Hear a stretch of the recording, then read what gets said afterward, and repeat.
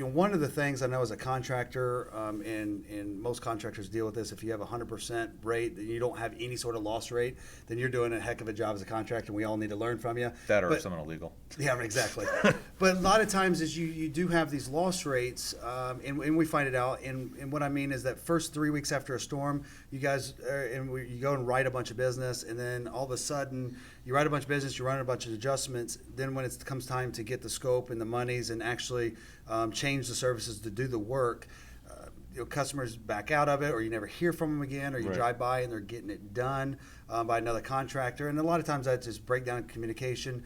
But most of the time is that you lost trust as a contractor. You overpromised and underdelivered in that. So how can the virtual PA and BUlldog help with the loss rate? Okay, so in a couple ways. One, we talked about previously about working on the contract between the roofer and the homeowner, right? So where the roofer is that sort of that point person if they want to be, but also things like direction of pay, right, from between the homeowner and the roofer. That will ensure us being able to at least issue a check when a check is issued. Once we take our fees out, issue a check jointly to a roofer and contractor. But also how we're helping out. So the contract would be on the check. If they have an agreement between the homeowner and the roofer, then I have. In every state?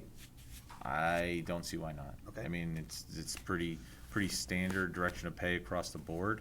So I don't see it would be an issue, but even still, it would be an agreement. Even if it's not a legislative thing where direction of pay is allowed, if it's not allowed, then it's still allowed. Sure. Right? So they're just allowing us to, and then also letting us communicate with the roofer. So keeping them in the loop, which then keeps them on top of, then all they have to do is call homeowner. Be like, hey, got this great update for your claim, da-da-da. Or I looked up your claim, and they seem more on top of the ball. They're more on top of the ball with their claim, so the homeowner's more in their face. Right. They're more in their client's face. They're more relevant.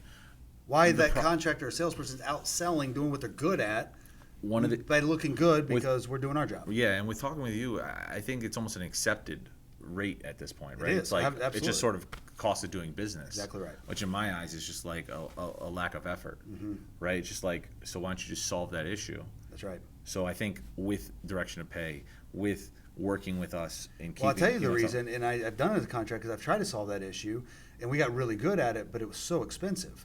I had to have 4 to 5 full-time people to help facilitate so we didn't drop the ball in that transition. Right. But what we did was, and it worked, is we took our salespeople was our salespeople. Then we had 2 people that only met adjusters. That's all they did.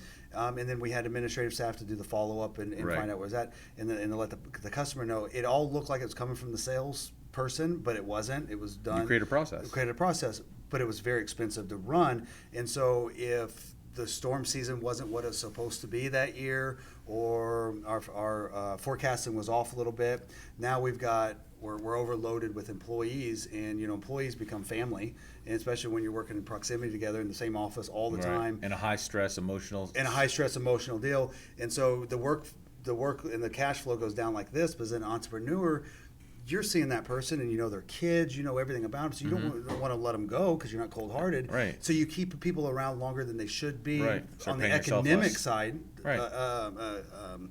Side of things, the economy side of things, and then your business suffers. Now you just have to start cutting somewhere else, and then all of a sudden, before you know it, you're out of business. Yeah. Or things happen because it can, and I've been there. It can happen so fast where the tide turns, and you didn't even see the tide turning, and then all of a sudden you're stuck in a position where you as the entrepreneur are SOL for the most part, and every other employee can go do what they want to do, and there's no liability to them, and you're holding the bag. Correct, and what's even